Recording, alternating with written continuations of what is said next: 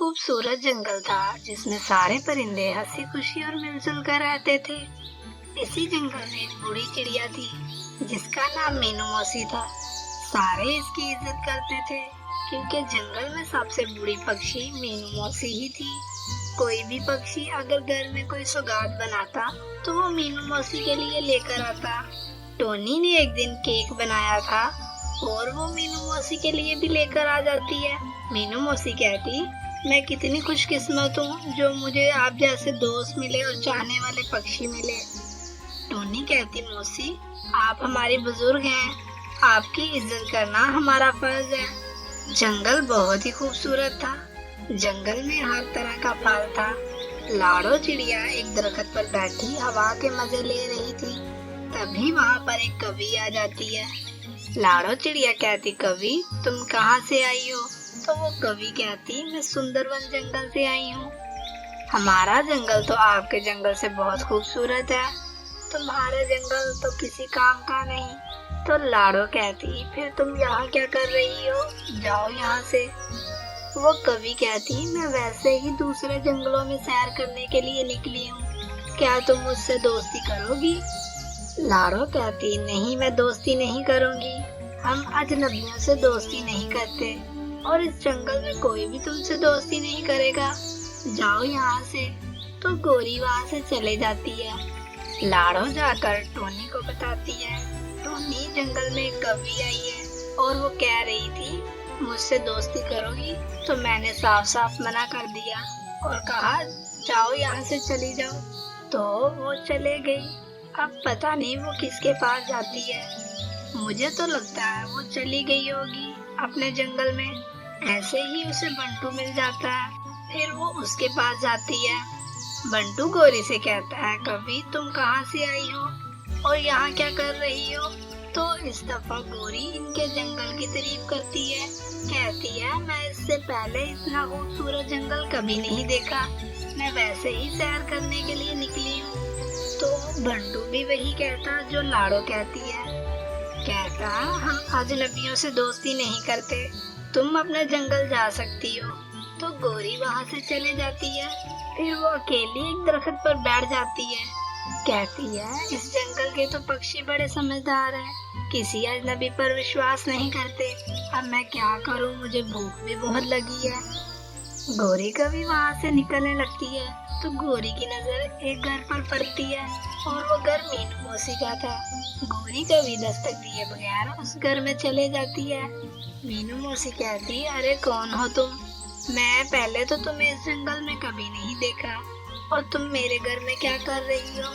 तो गोरी कहती, मैं तुम्हारे जंगल में सैर करने आई थी और देखा तुम्हारे जंगल में तो नदियाँ ही नहीं है। हमारे जंगल में तो 5-5 नदियाँ और बहुत खूबसूरत झरना भी है। गोरी कहती, क्या तुमने कभी झरना देखा भी है? मीनू मौसी कहती, क्या तुम सच बोल रही हो? क्या सच में तुम्हारे जंगल में 5-5 नदियाँ और झरना भी है? गोरी कभी कहती, मैं झूठ क्यों बोलूँगी? गोरी कहती, क्या तुम मुझसे दोस्ती करोगी? तो मीनू मौसी फौरन से हाँ कर देती है। गोरी कहती, मैं कुछ दिन इस जंगल में रहूंगी, फिर इस जंगल से वापस चली जाऊंगी। मीनू मौसी कहती, जब तक तुम्हारा दिल करे तुम यहाँ पर रह सकती हो। शाम हो गई थी। मीनू मौसी उस कवि को खाने के लिए मीठे मीठे फल देती है और गोरी वो फल मजे से खाती है। अगले दिन जब सब मीनू मौसी से मिलने आते हैं तो मीनू मौसी और वो कवि दरख्त पर बैठे थे। टोनी कहती, मौसी हम इसे जानते भी नहीं है, ये कौन है और किस जंगल से आई है, हमें इस पर विश्वास नहीं करना चाहिए। मीनू मौसी कहती, ये बड़ी अच्छी कवि है, ये बता रही थी इसके जंगल में बहुत सारी नदियाँ और झरने भी हैं। तो टोनी कहती, तो फिर ये हमारे जंगल में क्या कर रही है, जाए अपने जंगल में।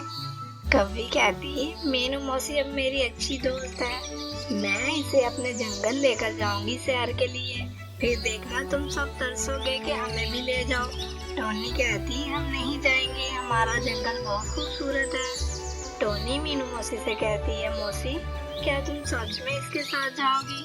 तो मीनू मौसी कहती, हाँ मैं इसके साथ जाऊंगी इसके जंगल में। इसके जंगल में बहुत सारी नदियाँ और झरना भी है, तो लाड़ो चिड़िया कहती, मीनू मौसी हमारी दोस्ती का क्या होगा, क्या तुम हमें छोड़ दोगी? मीनू मौसी कहती, नहीं, तुम भी मेरे साथ चलो, अगर नहीं जाओगे तो मुझे आप सबको छोड़ना पड़ेगा। लाड़ो कहती, मीनू मौसी आपको इस कवि पर विश्वास नहीं करना चाहिए। ऐसे ही 1 महीना गुजर जाता है। पानी की कमी की वजह से जंगल का कुछ हिस्सा खुश्क हो जाता है और गर्मी भी बढ़ जाती है। अभी भी एक हिस्सा हरा भरा था। सारे पक्षी वहाँ चले जाते हैं तो मीनू मौसी कहती है कवि से, चलो अब चलते हैं तुम्हारे जंगल। 1 महीना हो गया है, अब मुझसे इंतजार नहीं होता। मैं उस खूबसूरत झरने को देखना चाहती हूँ जिसके बारे में तुम रोज रात को सोने से पहले मुझे बताती हो। सब मीनू मौसी से रोज की तरह मिलने आते हैं और सामने से मीनू मौसी चलने की तैयारी कर रही थी। टोनी कहती, मीनू मौसी कहाँ जा रही हो? तो वो कवि कहती, हम हमारे जंगल जा रहे हैं। टोनी मीनू मौसी को मना भी करती है, फिर भी मीनू मौसी चले जाती है। कई घंटों तक दोनों उड़ती ही रहती हैं। तो कवि मन ही मन में सोचती है, मैं इससे अब जान कैसे छुड़वाऊं? दोनों एक दरख्त पर बैठ जाती हैं। तो मीनू मौसी कहती है, तुम्हारा जंगल कहाँ है? तो कवि कहती, बस थोड़ा ही दूर है। गौरी को पता था थोड़े ही दूर कुछ दरख्त हैं जिनके फल जहरीले थे, जो भी उसे खाता था वो मर जाता था। गौरी कवि तो मीनू मौसी से जान छुड़वाना चाहती थी। तो कवि कहती, मीनू मौसी क्या फल खाओगी? तो मौसी कहती, हाँ मुझे भूख तो बहुत लगी है, मैं जरूर खाऊंगी। तो वो फिर से उड़ना शुरू कर देते हैं।